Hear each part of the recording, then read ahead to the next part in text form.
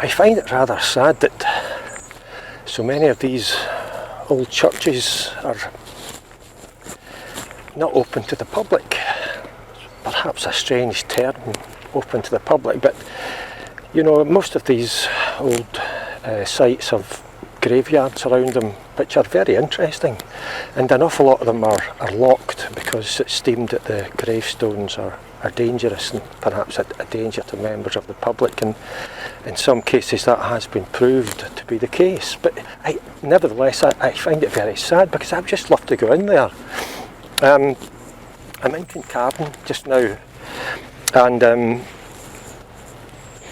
as you can perhaps see,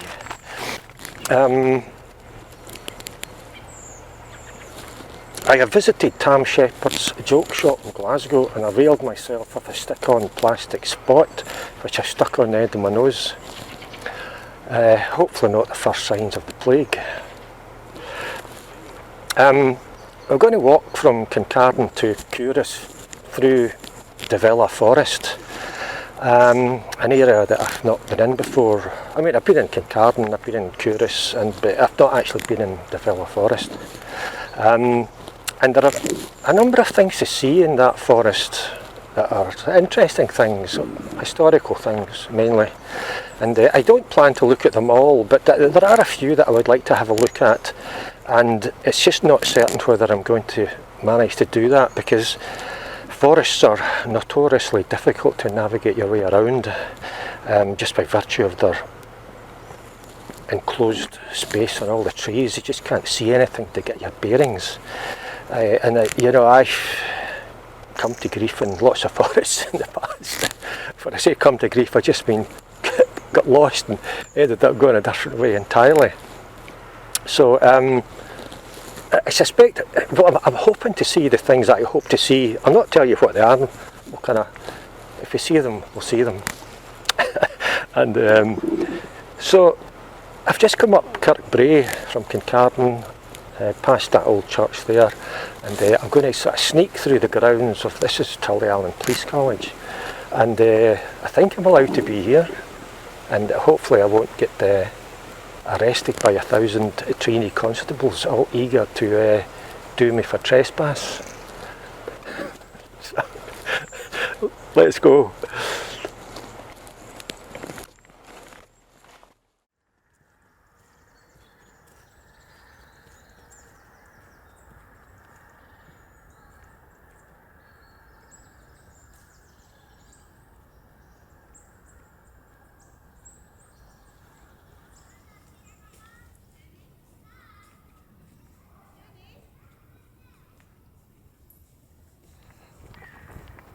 As I was coming through the woods there was an absolutely massive explosion.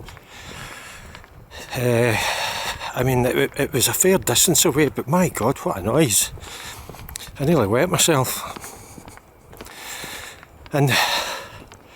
But, you know, I saw that it was at 10 o'clock, exactly 10 o'clock that it happened. So I figured it must be some kind of, you know, planned thing, controlled thing. And thankfully I bumped into a guy on the track here, and he said it was Longannet.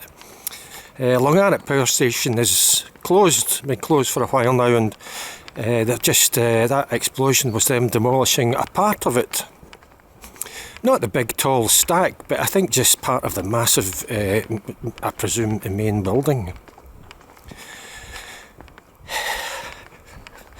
But for a few seconds I kind of wondered if perhaps Grangemouth had gone up and whether I should take cover somewhere.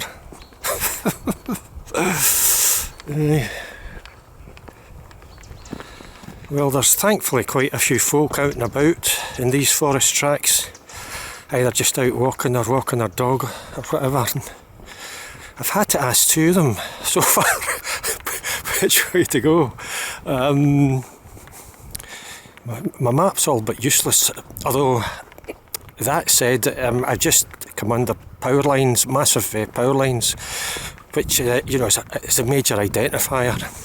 And once I reached there, I got a much better idea of roughly where I was. And I strongly suspect that the next turning on the right will take me very close to my first, the first thing that I wanted to see. But it's just one of these things that, you know, the folk I've passed so far don't know exactly where it is, and it's one of these things that you could pass probably within metres of it and miss it. I mean, it's a stone. I'll give you more details when I find it, if I find it. But, you know, you just can't beat a good stone in a forest. Whether it's a solitary stone or a wee pile of stones or a big pile of stones. It just takes away from the monotony of all these trees.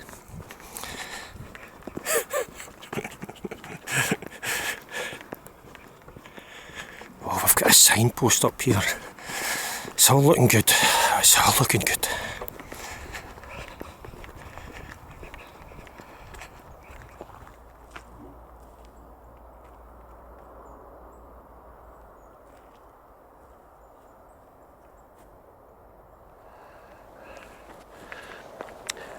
I think I'm getting really close to the first thing I wanted to see, but I've sort of bumped into this, which is I hadn't planned to see. Some kind of pulpit stone, perhaps to do with outdoor sermons.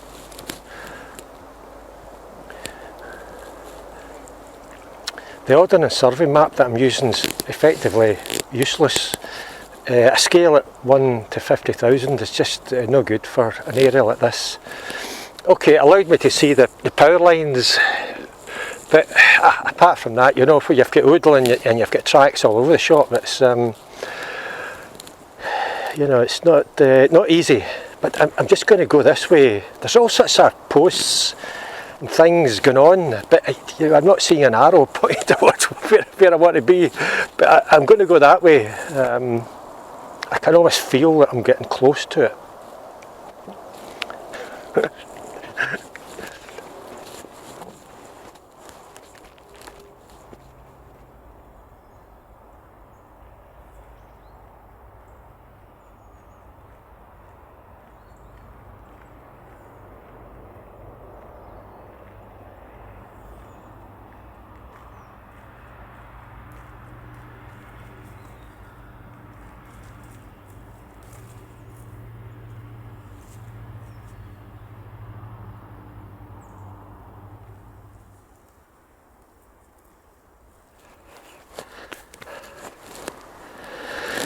Well, this is it.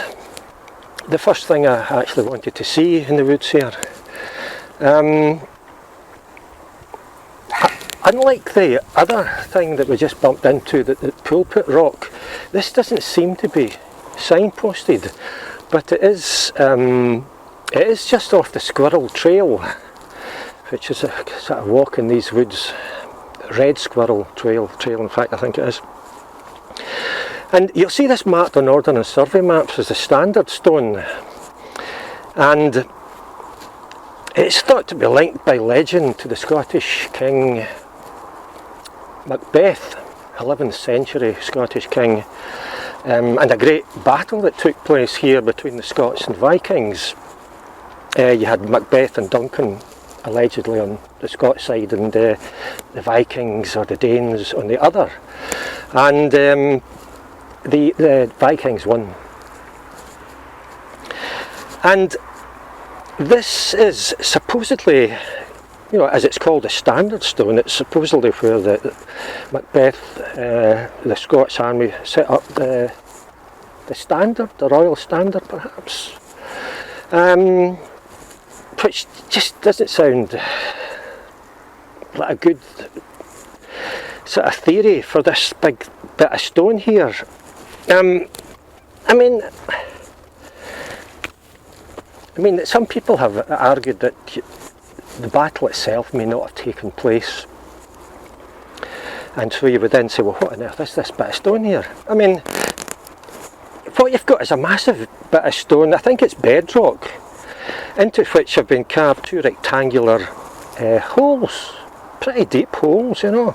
You think, well, there's no way that would have been used for to place a flag or a standard, either before, during or after a battle. I mean, even if you had a few days to sit about before a battle, you're hardly likely to put in all the work that would have taken to carve these rectangular holes. And all the noise that would make, and all the noise that would have made, rather, and you're pretty much telling your enemy where you are. And if you had been beat during that battle, as was the case with the Scots, you're unlikely to hang about and spend a few days knocking lumps out of a stone so you could stick your flag in it. So I don't see this as being a standard. It's called a standard stone. I don't see why. I think that's a load of nonsense. The question is, what is it? You know, it would have taken quite a bit of time to carve these stones.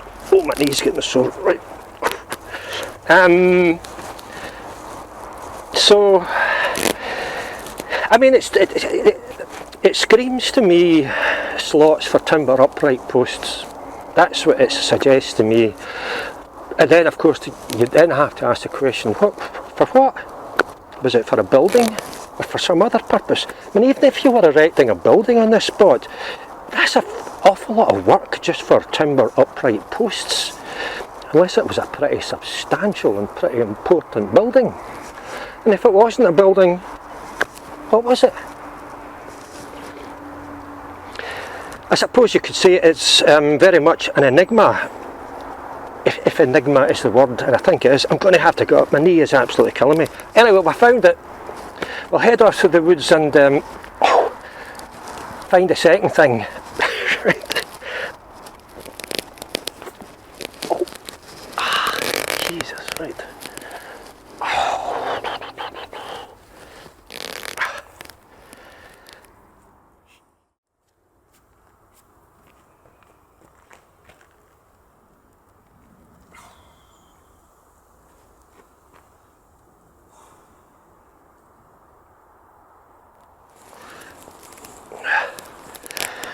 Well, I found a seat here, and I thought it would be a good place to stop for a pie. I'm still on the Red Squirrel Trail.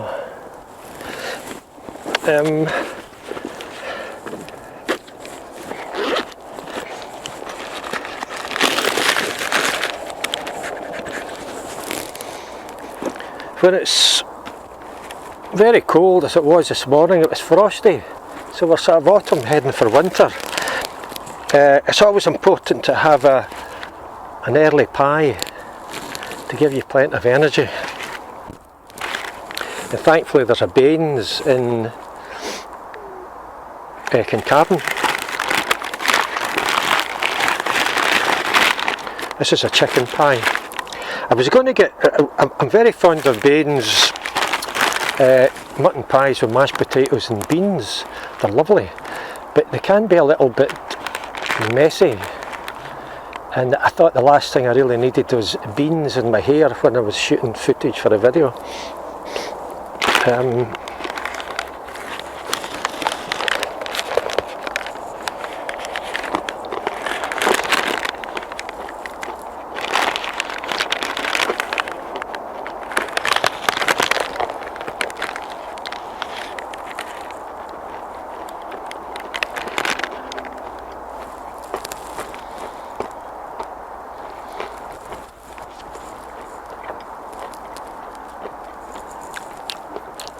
When I look back at some of the pies I've had, there's some memorable pies that I'll never forget. A chicken Balmoral pie from Oliphants the Bakers in Linlithgow, or Bowness I think. And also there was a lovely chicken pie or chicken and leek or something.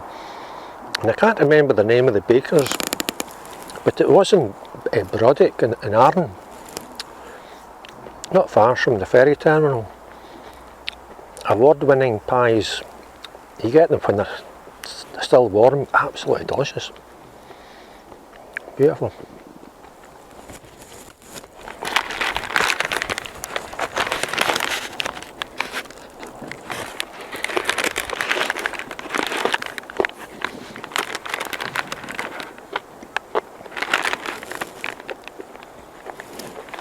This is a good pine. Plenty of filling, a good sturdy bit of casing so that you can lug it around the place and it's not going to fall to bits. Good pine.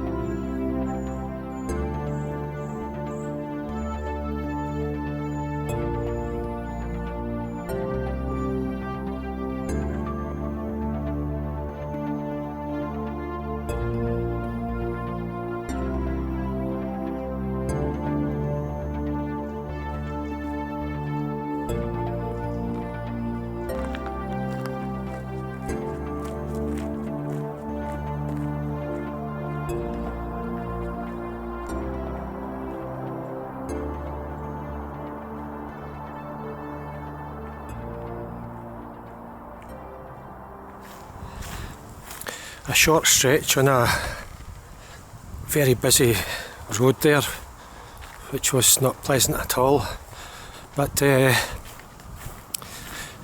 we're essentially out of Devilla forest and heading towards Culross, and we're just about to hit the second thing of interest, historical interest, that I wanted to show you today. And we're approaching it right now.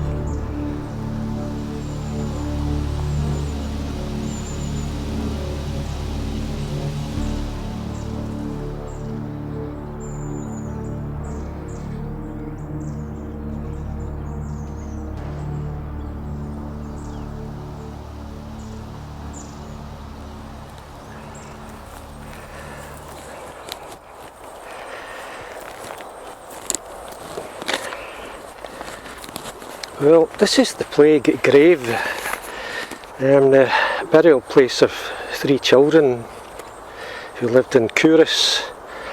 Were buried, died of the plague in 1645. All 3 children died on the same day, 14th of September 1645.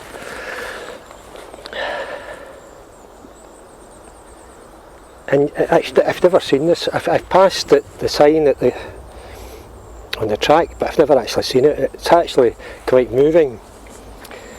As you can see, you know, folk place toys and things here. Christmas decorations. The stone is, I'm not going to clear it, it's coated with pine needles, but it is supposed to bear supposedly it bears a carving. It is engraved with, I think, a crown and shield and hammer, basically the insignia of the girdlesmiths of Culross. And the father of the 3 children, James Bald, he was the deacon of the Corporation of Girdlesmiths of Culross between 1653 and 1657.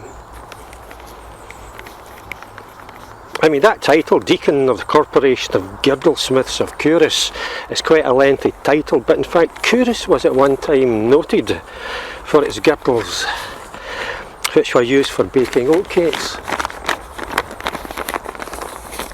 But I have to say, this is really very moving. There's even a couple of coins there, various toys and flowers and things and baubles.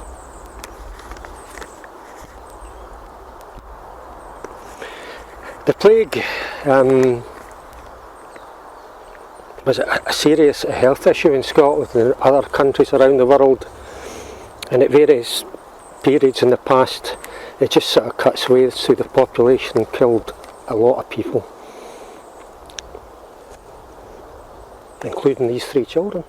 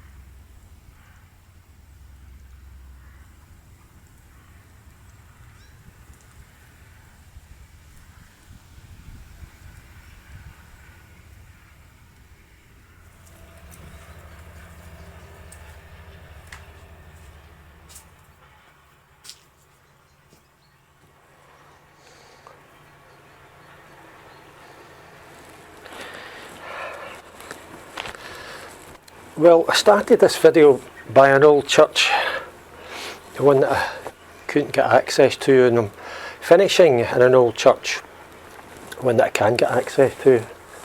And we're not far away from Culross, and this is where I'm going to end the video.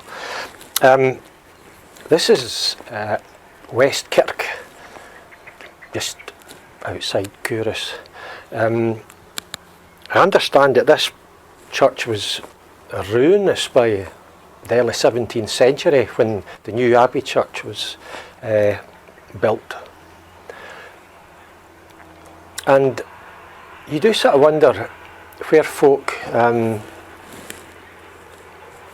prayed and met and what have you between times, you know, between, if this was ruinous in 1633 and the new Abbey church was yet to be built, and you know, effectively there was no church at this particular spot in this area.